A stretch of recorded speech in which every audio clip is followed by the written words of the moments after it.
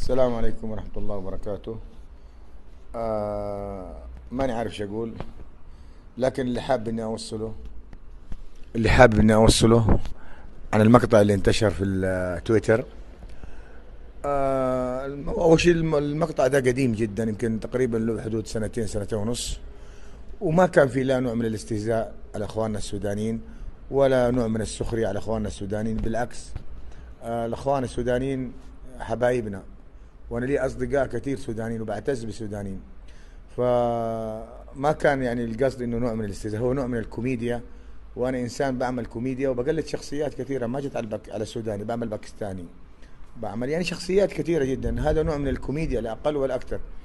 والشيء اللي هو انا قاعد يعني يزعلني انه الرجل الذي ارسل المقطع ما ارسله كامل، لانه لو ارسله كامل حيلاحظ انه بنفس المقطع انا بعتذر للشعب السوداني وللجاليه السودانيه عامه. فأتمنى من أخواننا السودانيين إنهم ما يشيلون في خاطرهم، وإنه هذا نوع من الكوميديا. وأنا بعتذر اعتذار يعني من القلب لأخواننا السودانيين وللشعب السوداني عامة، وأتمنى لكم إن شاء الله التوفيق.